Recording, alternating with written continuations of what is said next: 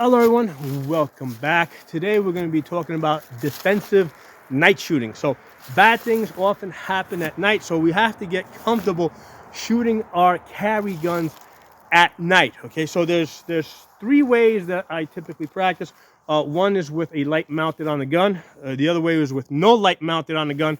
And the third way is using a handheld light.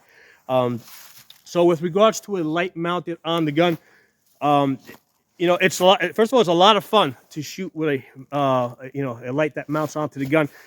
And I was carrying a gun that way for a couple of months, but I stopped doing that. First of all, it makes basically it adds more bulk to the gun, even if it's a small gun like the Glock 43 that I carry. But what it also does is it forces the holster to become bigger. So you're carrying a bigger, more bulky holster. So my thoughts on that is that, yes, bad things happen at night, but they usually don't happen in pitch black darkness because bad guys need to be able to see too, right? They want to be able to identify you, to, decide if you are a suitable victim for them, okay? So most likely it's not going to be in pitch black darkness. It might be in very low light conditions. So that's why I decided to just take the light off the gun and go with a smaller host. Okay, so let's move on. As far as practicing without a light on the gun, we need an aiming device, right? So basically, you either need night sights or you need an optic. So on this gun, I have both. You can see the optic there, right? We get on a target over there. You can see how it's kind of overwhelming at night. We'll talk about that in a minute. But if you also notice, if you look in the back over here, you see that glowing right there? I've also got night sights on the gun. Okay, so you want to have your backup sights. You want to have night sights on the gun. Okay. And, as far as the brightness that you saw, okay, I set my optics so it is daylight bright because I want to be able to shoot my gun in daylight, right? Shooting in the direction of the sun if I have to, okay? So at night, okay, what I found is that if you try to dim the light down, if you remember to dim it down, there's a good chance that you're going to forget to turn it back on in the morning, okay? So what's going to happen is in the daytime when you go to your gun, your reticle is going to be too dim for you to see it. So what I found makes a lot more sense is to just keep it at daylight brightness. And at night, even though it's very bright and it overwhelms the target, you're still able to hit the target, right? Because you're shooting at relatively close distance. I've got those targets set at about 30 feet over there. So at 30 feet when you're shooting, the reticle is going to be still inside of the target. So even though it's really bright, you can still hit the target. So it's not the most comfortable way to shoot, but it is the way that I have found that I'm able to shoot both in daylight and also at night. Okay, and the third way, of course, is going to be with the light over here, where basically I'm basically shooting one-handed. I'm crossing my hands over here like this, okay, and I'm essentially shooting one-handed. And to get good at that, you basically got to practice shooting one-handed. During the daytime, okay? So you gotta get good at shooting one-handed because that's what shooting with a light. If you're holding a hand light in the other hand, you're basically shooting one-handed. Even though if you're crossing your hands for more stability, it's still one-handed shooting. So make sure you get good. And I practice shooting one-handed in my left hand too. I've done lots of videos that I posted where I'm shooting one-handed in my left hand. So that's really important. So as far as, you need a light to be able to identify the threat. And you cannot, even if you have a light mounted on the gun, you cannot point your gun at things you don't intend to shoot. So that's why the hand light is actually more important than if you would have a light on your gun. And practically speaking, what I have found, in practical night shooting, right, where I'm doing it, under stress with speed, is, yes, I use the hand light to identify the threat over there, right? You see the three targets I got over there.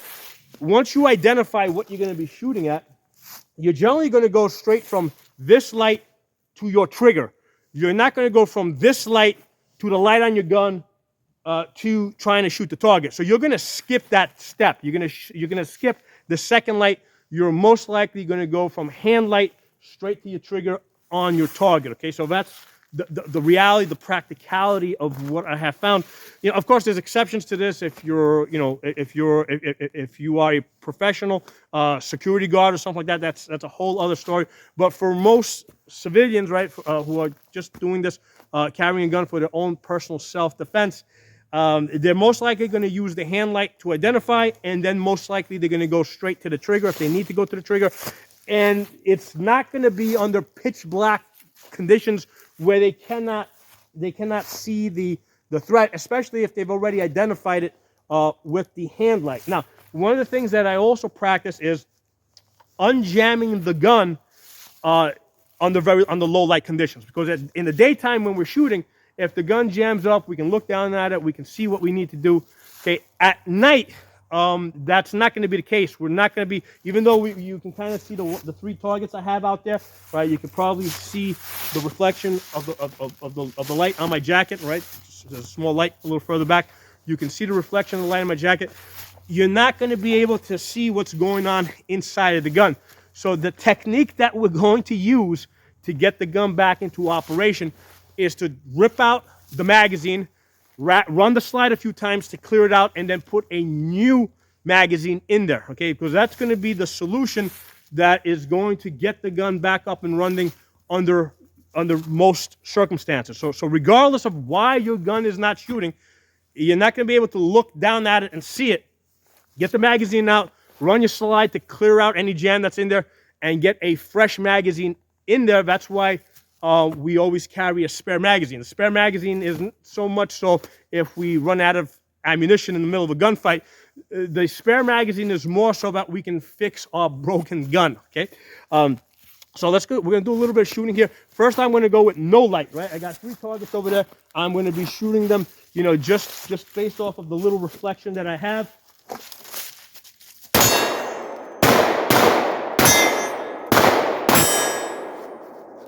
So even under these low light conditions, okay, I was able to get hits on target over there. And even though this reticle over here, okay, is basically completely overwhelming the targets. Let's get, where are you? Completely overwhelming the targets, right? I'm still able to hit the targets, right? You heard the dings, right? So even under these conditions, I'm able to. So this is the answer that's going to fix most problems, right? Keeping the reticle daylight brightness. Also very important, shooting with both eyes open, because one of the things that happens when you're night shooting, okay, your left eye, right, even if your reticle is really bright, your left eye sees the target, right eye sees the reticle, and your brain combines the two images. So that's so. I know I'm pretty low. I got a very low round count in this Glock 43. Let's go through this one more time, and we're going to do a mag change in the middle of this.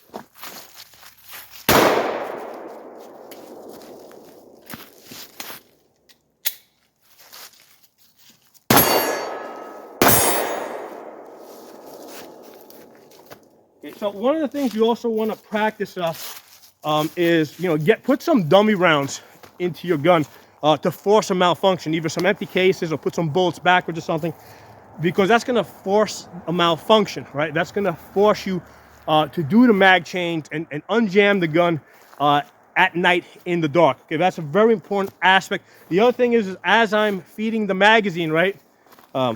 As I'm feeding the magazine, right, let me get the light back. As I'm feeding the magazine, I'm using my index finger here to kind of feel, right? Feel where the bullet, which direction the bullet is in. So when I feed this into the gun, I know that it is going to feed correctly. Now, of course, normally it's sitting properly in your magazine holder. But for the purpose of this drill, because I'm doing this a lot tonight, I have extra magazine just kind of thrown loosely into my pocket. So as I go into my jacket pocket, right, I'm feeling for the bullet so that when I go to feed the magazine, I know that it's going the correct way into the gun. And the other thing I do is when I put it in there, I also give the magazine a tug to make sure it's in there, right? So this is how I'm working around the fact that I can't see. All right, I'm using my sense of feeling, and I'm tugging on things to verify that they're going to be working correctly. Okay, for the next drill, let's work with the night light a little bit. me get the night, so this is my light here. So I'm basically going to be, let me put my light hat on so you guys, so basically I'm going to be in this position here.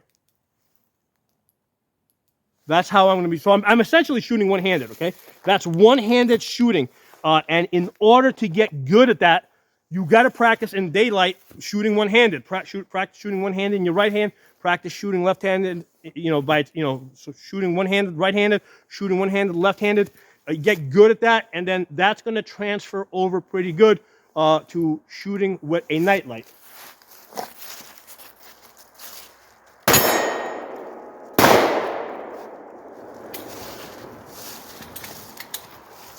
So for whatever reason, the gun stopped working. I don't know if I had a jam. I don't know if I ran out of ammunition. So I just did a change in the dark.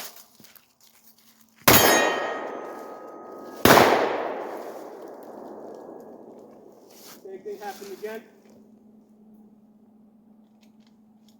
The other thing that I'm doing is while I'm doing this, I'm turning off my night light, because if the light's on, that's pretty much giving away your position.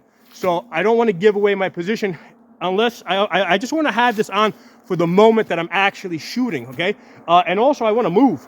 Okay, after I fire my shots, I want to move. For the purpose of this exercise, I'm moving while shooting, but for most people, it's just going to be a stationary shoot and move. So let's do that here. So stationary, come on, throw the light on.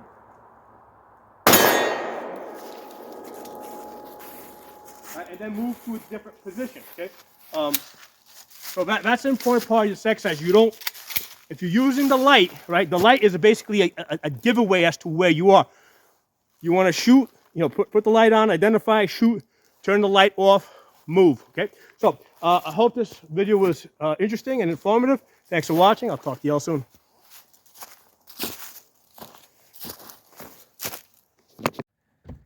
Hello everyone, really quick, I had a chance to review that video, and one of the things I noticed in the video is, when I was shooting with the light and I went to turn the light off, the light didn't go off, right? So it may be because I didn't hit the button hard enough or whatever. Part of the issue was that I was kind of rushing to try and get the gun working as fast as possible. Now, another thing that might happen is you might actually drop the light, right? That's a very likely scenario where, like, you're using your light to identify somebody. You're not expecting that you're gonna need to go to your gun for any reason, right? But all of a sudden, it's like you got your light on them, and they start rushing you with a knife or something.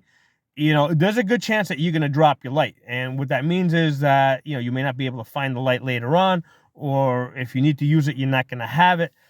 So again, another good reason why you want to train also without a light under low light conditions, because using the light, it's basically it's one more thing that you have to think about.